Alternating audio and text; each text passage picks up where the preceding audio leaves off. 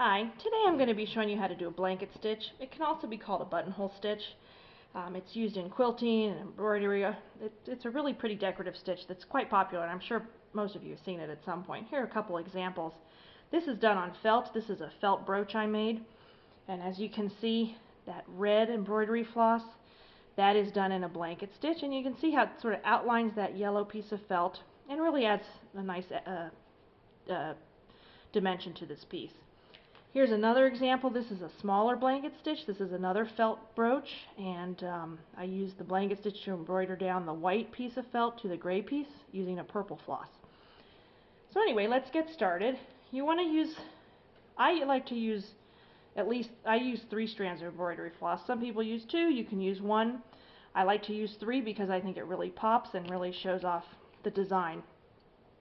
The other thing I suggest, because this is a embroidery stitch, it takes a little bit longer to do than just a regular stitch, and it shows off your hand workmanship. You want to use a nice contrasting color. In this case, I'm using this red against this yellow background and the blue applique shape so that you can really see it. You don't want to spend all that time embroidering this a piece and then not have it seen if you're using black on black.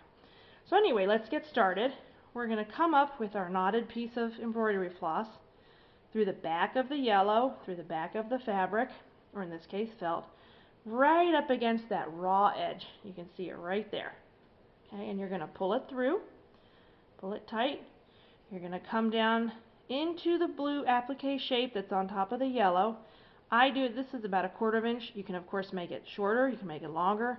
It's up to you, however you want to do your piece. But I'm going to do this today. I'm going to show you in a 1/4 inch. Push it down through. Pull it almost all the way through, and then using your thumb, sort of hold the thread down a little bit. You can sort of see how I'm doing that. You're going to come back up through the yellow, almost right where you put that original first stitch through. See, it's like right next to that hole. And you're going to come up through that loop. Make sure to come up through the loop, pull it tight, and there you have your first anchoring stitch. Then you're going to come over, and again, depending on the width of how you want to do your blanket stitch, you're going to go on down. You want to keep this bottom, you want to keep all the stitches level with that end or it won't look real nice. You're going to go down. I used about a 1/4 inch apart. Go down through, all the way down, not all the way down. Again, leave that little loop like I'm doing here. Come back up right against the raw edge perpendicular to where you put the stitch in, right in here, through the loop, pull it up, through. I use the table to help me here a little bit. Pull it, and there's your first blanket stitch. Looks really nice. Let's go ahead and do another one. You're going to again go over about a 1/4 inch. Okay, go down through the fabric. Use your thumb to pull this over. Come back up perpendicular, right against that raw edge, but not through the blue piece. Bring that needle up through the loop, pull it across, and there you have another one. Nice even stitches. One more, we'll do one more, and then I'll show you how to finish it off. Pull it through. Got a little tangled there in my scissors. Okay, come up, through, and there we have it. There's your blanket stitch, and you would continue around the whole piece when you were doing a piece. Now to finish it off, you're going to go like this, and then you're going to insert the needle right next to that other stitch where you just come up through, just a real tiny little stitch down through the yellow, not through the blue, and that's going to anchor that blanket just like that. It's going to anchor that in. You're going to flip it over. Okay. Then you're going to come up through one of these back stitches.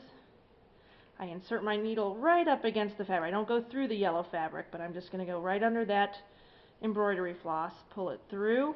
I usually do it about 3 times.